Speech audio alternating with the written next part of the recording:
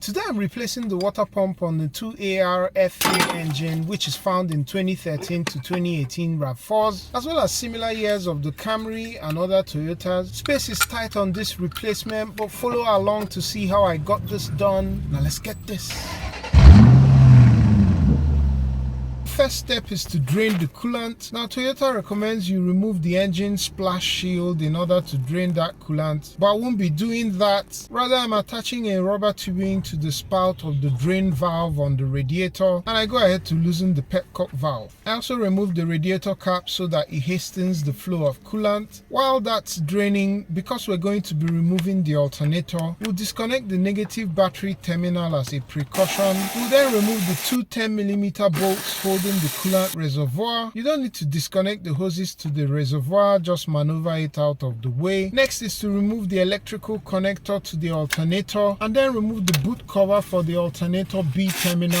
Undo that 10mm nut and remove the wire. I also remove this bracket. I also remove this electrical connector, free up the wiring. Next, using a 40mm combination wrench, I engage the automatic tensioner, and the double wrench technique comes to the rescue as I unhook the serpentine belt from the pulley of the alternator. The coolant is now fully drained, and I lock the petcock valve and remove the hose. Just for a bit of room, I also remove this bracket. The alternator is held by two bolts, and these were so tight that I had to use the double wrench method again to crack the top bolt loose, and then zip it off with my Aoben electric ratchet. Here's what the bottom bolt looks like, and just like the top one, it was also stubborn. Here I had to pull in my cheater pipe for leverage, and as they say, the rest is history. Note that the top bolt is longer than the bottom bolt, so don't get those mixed up. With that done, the alternator is not just going to come off on its own. You need to pry it loose. I don't have a pry bar, and so I'm using a 19mm spanner, and that worked well, and the alternator is out.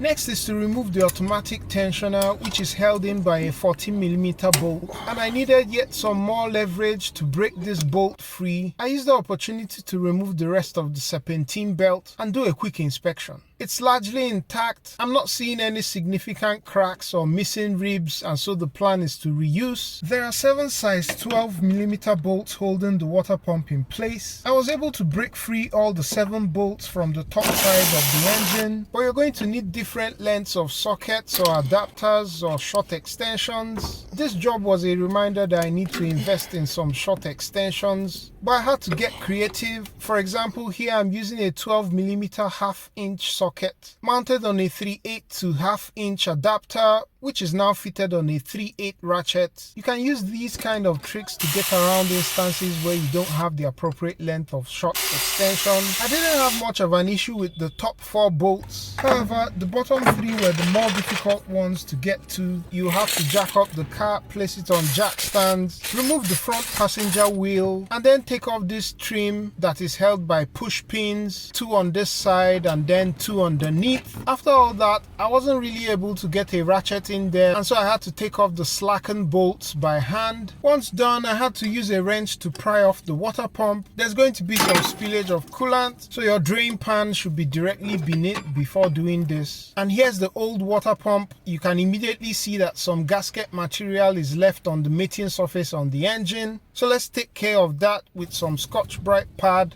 and some brake cleaner. For the stubborn bits, I had to use 5000 grit sandpaper to get those off, and then do a final wipe down of all the debris using brake cleaner and a shop towel, just to make sure there isn't any contamination going into the cooling system. For the replacement, today I'm using this Aisin aftermarket part. Aisin is part of the Toyota group, but also makes his own line of aftermarket parts. You can just see here that the Toyota branding has been machined off, and so you're essentially getting the same OEM part for less. And good thing is that it comes with the gasket. I'll leave the link down below just in case you want to check it out. Now let's go ahead and fit this water pump on the car. Fit the gasket in place on the water pump using a bolt or 2, and then go ahead to mount that on the engine. Obviously, you have to start from one side. You can go ahead and secure the second bolt at the other end of the water pump. The gasket should now be well aligned, and you can go ahead to screw in the rest of the bolts, including those annoying lower 3 bolts. bolt, which is what I'm fitting here, it's always best practice to tighten using a crisscross pattern and then go ahead to torque down to spec. Torque on these bolts is 21 Newton meters or 15 foot-pounds. Also reinstall the drive belt tensioner. Torque is the same 21 Newton meters or 15 foot-pounds. With that sorted, I go ahead to remount the alternator. The trick is to come in at a bit of an angle and then use the alternator itself as a bit of leverage to wedge it in. Use up and down swing motions of the alternator to get it seated properly. Guiding the bolts, you may need a slender long bolt or a screwdriver to ensure alignment of the bolt holes. Torque on these bolts is 52 Newton meters or 38 foot-pounds. After that, I bear down again on the automatic tensioner bolt and slip the serpentine belt back on. I usually like to slide the belt over the water pump pulley last, just because the pulley doesn't have any lip, as you often find with these pulleys. Make sure the serpentine belt is sitting properly.